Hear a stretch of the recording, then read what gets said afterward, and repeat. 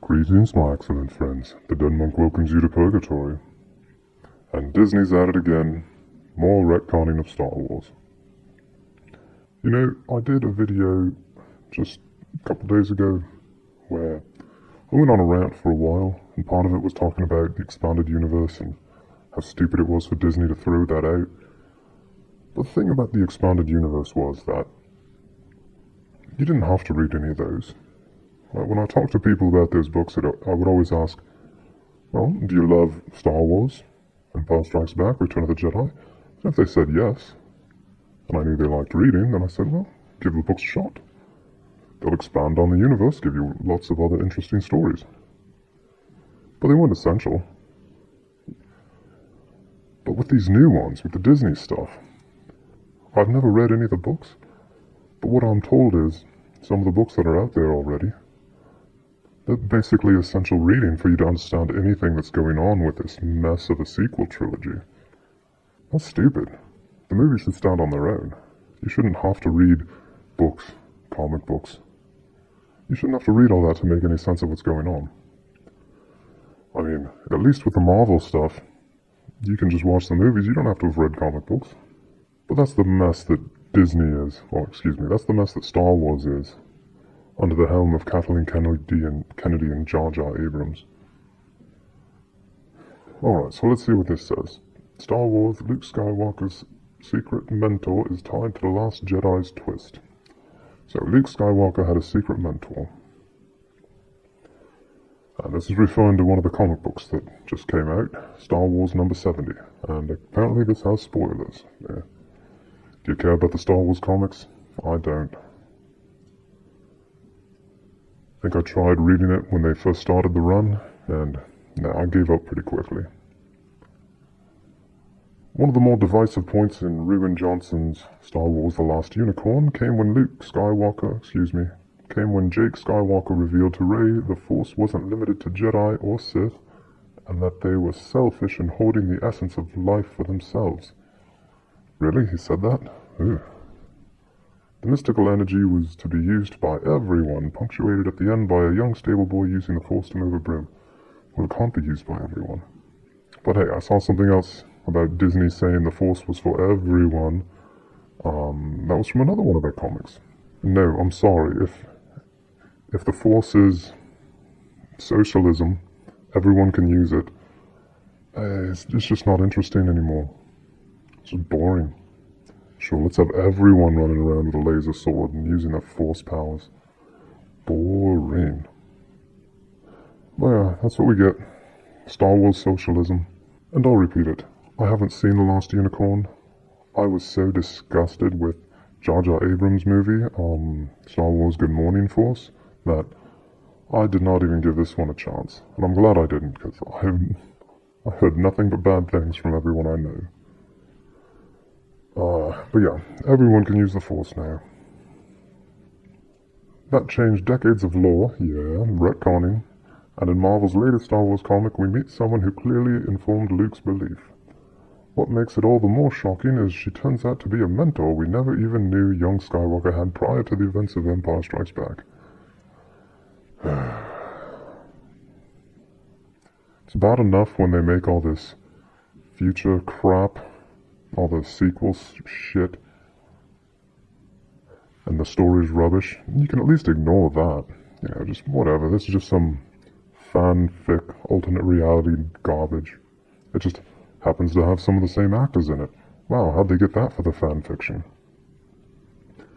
But when you go and mess with the original trilogy, shame on you, Disney. Alright, so we just get a little tiny bit from the comic. Luke says, yeah, maybe I shouldn't have. You were cheating at cards, weren't you? And his new mentor says, I wouldn't call it cheating. It's not my fault they're so susceptible to an old-fashioned Jedi mind trick. Alright, so what, she's a Jedi? In the comic, Luke and company are on... Now, I guess this wouldn't be Luke either. I mean, it's Luke from the time of when Luke was Luke, but no, this is Jake Skywalker. In the comic, Jake and company are on various missions in an effort to destabilize the Empire. While he's charged up from destroying the Death Star, he's still feeling the loss of Obi-Wan Kenobi. which has led him to Sergia in the Inner Rim in hopes of luring Imperial forces away from the rebels. After a showdown in a cantina, Jake hijacks a speeder with a young woman who introduces herself as Warba Calip. Okay, dumb name. He's taken aback because it turns out she wasn't cheating at the card game, which caused the melee. She was using Jedi mind tricks. Luke is further startled when she's revealed not to be a Jedi. She views the Order as trouble, and she educates him on the Force as something everyone can harness.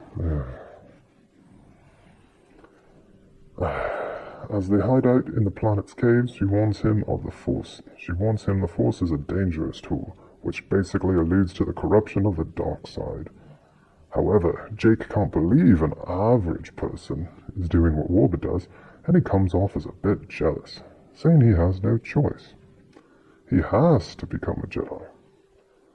It's that sense of duty and obligation that further ties into his disenchantment decades later when we catch up to him on Ahch-To.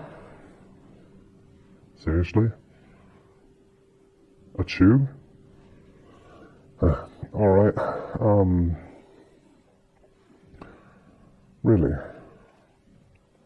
His disenchantment decades later, but it didn't do anything to hurt him in the next few years? Oh, this sounds awful. Awful. Luke begs Warba to teach him more about the Force, and she even mind probes him to discern where he's from. Seeing as the inexperienced Luke can't feel out his allies. Is that a Me Too reference? Warba promises to help him train. However, she says that could take weeks, so instead, they set off to rob a bank for resources to speed up Jake's mission.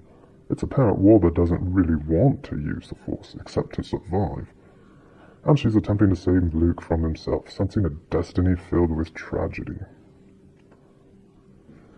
I'm sorry, but if everyone could harness the powers of the Force, then why didn't Luke get anyone else in all the time up through the end of Return of the Jedi to use the Force? Huh? Why didn't he help anybody? I mean, I think there's about a year between Empire Strikes Back and Return of the Jedi, and something like 2 years between Star Wars and Empire Strikes Back. So depending on when this is supposed to take place, yeah, we'll just say maybe he had 2 years before Return of the Jedi happened. Alright, so that's 2 years that he could have just shown that he was trying to get anyone to harness the powers of the Force, but no, that never happened. Never happened. So your retconning makes no sense. Alright, what else does this have to say here? Alright, so a couple more bits from the comic. Luke says what? She says, farm boy, right? Tatooine, maybe? And he says, how? She says, told you, I know a little something. Well, instead of just everyone being able to use the Force, I mean, this seems to be more like she's someone that can use the Force and just assumes everyone can. Because she can, even though, she's not a Jedi or a Sith. Well, so what? You think they've found every single Force-sensitive being in the entire galaxy and brought them into Coruscant and trained them? No, that's stupid. They didn't all become Jedi or Sith. Some of them just were never found. And, well, she'd be one of those, so this whole thing is stupid. He says, you have to teach me about the Force, everything you know. And she says, I don't have to do anything. Why do you want this so much anyway? So that's probably right before he says, oh, I have to become a Jedi. Nonetheless, as they partner up, it's apparent how much she mirrors what's to come in The Last Unicorn when Jake, as a hermit, denounces the arcane ways the Force was worshipped. Instead of being a repository of power to make someone a god, no, I don't think that's what the Jedi were about. Warba tries to show Luke it's a simple tool to which they can attune. That's what he imparts to Rey years later. The reverence of the Force may have skewed what it was intended for.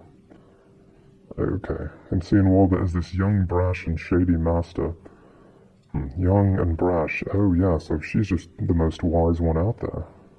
Well, those young ones, they know everything. Let's see. I'm gonna say that she's about 23. Because, right, that's when people are at their smartest, wisest, and most knowledgeable, is when they're 23 years old. Once you're older than that, you just don't know anything. Yeah, so this young, brash, and shady master contrasts with the teachings of Obi-Wan, Qui-Gon Jinn, Mace Windu, and Yoda. Yeah, the old wise ones. Okay, so that's... That's it for that. Oh, this is terrible. So I want to say that the biggest mistake is thinking they need to explain the idiocy of The Last Unicorn, which again, I haven't seen it, I've heard enough about it, so I know it's full of idiocy. But instead of just pretending that that didn't happen, no, they're just doubling down and just trying to throw a bunch of stuff out there to try to find some stupid way of explaining all the shite from The Last Unicorn. Ugh. But this has a side effect that maybe they didn't consider. I mean, of course, you recall that one of the big criticisms of Rey when Good Morning Force came out was that she's a MaRey Sue, and she is a MaRey Sue. Now, I could have been fine with her being a MaRey Sue if they just had a good writer, a good director, and had made a good movie. Then I could get past it. She would still be kind of boring, but the movie could still be good. Because MaRey Sue characters are pretty much always boring.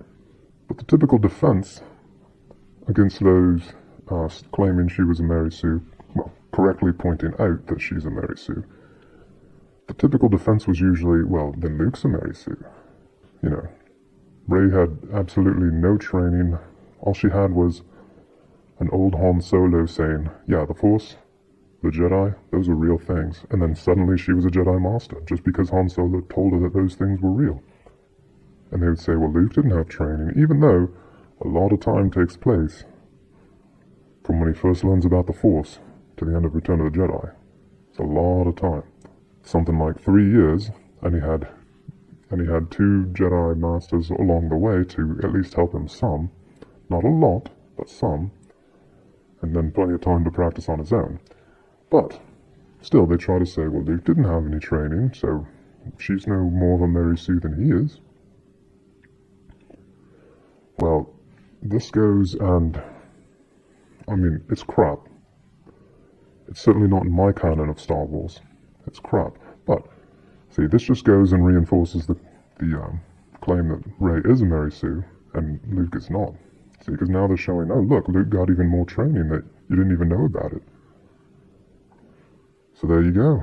Now Luke, even less of a MaRey Sue than before, and Rey, just as much as she was before, which is 100% a MaRey Sue.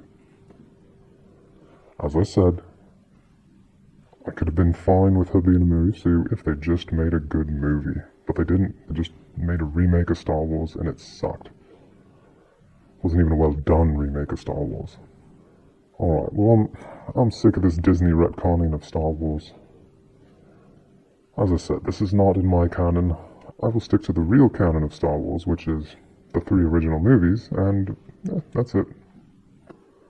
I would take the 2 Ewok movies over this sequel trilogy shite. I'd rather watch the holiday special. Okay, maybe not. Anyway. Yeah, nothing else to say about this. Just Disney taking a huge steaming dump on Star Wars some more. And yeah, it looks like looks like Jake Skywalker here is covered in poo. Because they took a big steaming shit on him. Poor Mark Hamill. I feel sorry for him. Alright, but that's it for now. So if you've made it this far, please consider liking or subscribing. And don't be a complete and utter prick like the people who charge of making this comic, or anyone involved in Disney Star Wars.